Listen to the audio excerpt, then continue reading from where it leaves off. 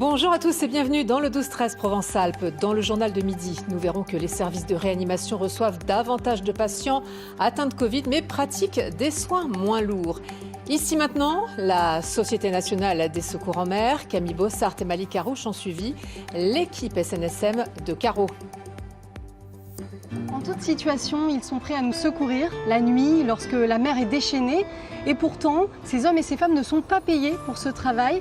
Aujourd'hui, dans Ici Maintenant, on vous emmène à la rencontre des sauveteurs en mer de Carreau. Ils nous parleront d'une intervention qui les a marqués lors de l'incendie de Martigues le 4 août dernier.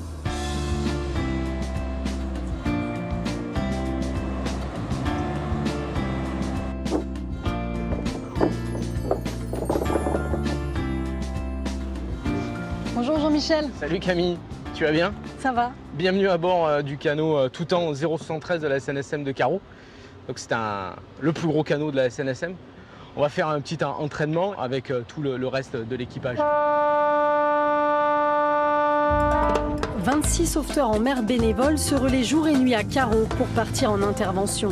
Lorsque le CROSS, le Centre régional opérationnel de surveillance et de sauvetage, les alerte, ils doivent appareiller en moins de 15 minutes.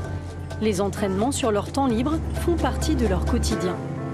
On a été appelé pour une personne apparemment qui ferait des signes sur un îlot isolé. Là, c'est un îlot au sud des Tamaris. Voilà, une personne en détresse qui fait des signes, donc on va s'approcher et on va envoyer notre nageur pour qu'il fasse un petit bilan et qu'il la récupère. Les sauveteurs entretiennent un lien fort avec la mer. Dans la vie, ils sont infirmiers, électriciens, formateurs, architectes ou ingénieurs, tous animés par le même engagement. Ce jour-là, la mer est calme. L'INSEE a parfaitement joué le rôle de la victime. Allez, on lui fait un petit bilan et c'est bon les gars. Mais les conditions météo sont parfois désastreuses. Tout le monde se souvient de l'intervention qui a marqué l'année, pendant l'énorme incendie de Martigues, le 4 août dernier. Nous étions positionnés ici. Et donc on a vu le feu arriver par les crêtes, qui arrivaient donc de la plaine de Saint-Pierre et de Saint-Julien. Et ensuite le feu est descendu à une vitesse de 8 km/h et a ravagé le camping Loucy-Gallon et les Tamaris. Donc les plaisanciers, les gens qui habitent ici et les touristes qui étaient au camping se sont retrouvés coincés ici sur la mise à l'eau des Tamaris. Pris au piège entre les flammes et la mer, 400 personnes ont dû fuir leur habitation ce soir-là. Ils ont tout abandonné derrière eux face à cet incendie d'une très rare intensité. Il a parcouru 8 km en quelques heures et touché plusieurs communes. Plus de 1000 hectares ont été détruits. Les fortes rafales de vent rendaient la mer extrêmement agitée, ce qui n'a pas simplifié la tâche des secours. Il y en a qui étaient dans l'eau, il y avait... Moi en tant que pompier c'est plus facile de réagir, mais des gens qui ne connaissent pas, ils avaient le feu aux fesses on peut dire, ça faisait 2-3 heures qu'ils étaient dans la fumée. Et malgré tout ça, on a trouvé qu'il n'y avait pas forcément une grosse panique. Les gens étaient calmes. Depuis le feu de Niolon en 1987, ils n'avaient pas connu une telle opération de sauvetage par la mer. Un engagement partagé par leur famille. La dernière fois je suis parti lors de ce feu, je venais de rentrer du travail et voilà, ma femme m'a vite fait des sandwichs pour pas que je parte le ventre vide, donc elle a participé aussi. Bon, après elle était à quai pour réceptionner les gens, mais voilà, c'est pas l'engagement personnel, il faut que la famille adhère aussi. À leur côté, les pêcheurs ont eux aussi joué un rôle primordial cette nuit-là. Comme Jérôme Vernier avec son chalutier. Il a récupéré 111 personnes à son bord. Toutes les grosses unités, la nôtre, ont servi à récupérer les naufragés. Et Jérôme en a récupéré 111. 111, ouais. Et 111 Jérôme, 8 chiens et 2 chats. Et la mer était déchaînée, c'était quoi cette nuit? Les conditions étaient comment? Ça allait, à Tamaris, ça va, on est à l'abri du vent, donc il n'y a que du vent, mais il n'y a pas de houle, très peu, ça va, quoi. C'était pas non plus... la météo n'était pas non plus apocalyptique, c'était plutôt ce qu'il y avait à terre qui était apocalyptique, quoi. On était là pour servir, quoi. Bonjour Didier. Bonjour. Merci de m'accueillir.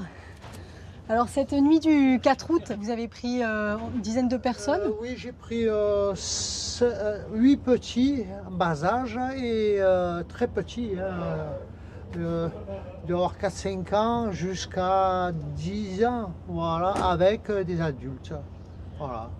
C'était intense cette nuit-là. Il y avait la fumée qui commençait à être suffocante, les gens étaient en bout de panne Et j'ai entendu au moins 40 bouteilles de gaz exploser du temps que je charge le monde. Mais franchement, j'aurais pas aimé être là-bas coincé. Il est 15 h, un appel retentit à la station de sauvetage. Le CrossMed a été contacté par un bateau en détresse. Il faut appareiller le plus vite possible en direction de l'anse de Beaunieu, à proximité. Dès que 6 membres d'équipage sont à bord, le bateau peut partir. Une vedette a coincé son ancre dans la bouée des 300 mètres. 2 nageurs, Bertrand et Frédéric, plongent alors pour tout démêler. L'été, lors du pic de fréquentation, les interventions se multiplient. 1 heure plus tard, retour à la station, l'intervention s'est bien passée. Là, la journée n'est pas du tout terminée pour vous en plus. Dans 3 quarts d'heure, je pars travailler. Je prends la route pour aller travailler. Donc, non, ça va bien se passer. Vous allez faire quoi? Pompier. Voilà, je pars à Nîmes travailler. Donc, la journée commence. La solidarité en mer comme à terre, beaucoup se sont investis lors de l'incendie de Martigues. Face au port, le Cercle des pêcheurs, une institution à carreaux, est resté ouvert toute la nuit. Quand il y a eu le feu, on a rien regardé, on était en train de fermer et on nous a dit attention, ça arrive, allez, c'est bon, on ouvre tout, on a fermé la caisse, on a tout fermé, on n'encaisse rien, on ne fait rien. On fait recevoir tout le monde, on dépanne tout le monde et c'est fini, et toujours avec le cœur. Ils ont trouvé un peu de chaleur, des cafés, des chocolats, des coca, tout ça. Ça fait du bien. C'est important. Il faut rappeler que la SNCM, ils vivent avec les dons. Si vous voulez donner, n'oubliez pas. L'association fonctionne avec 80% de dons privés qui permettent avant tout d'entretenir les bateaux pour porter secours gratuitement.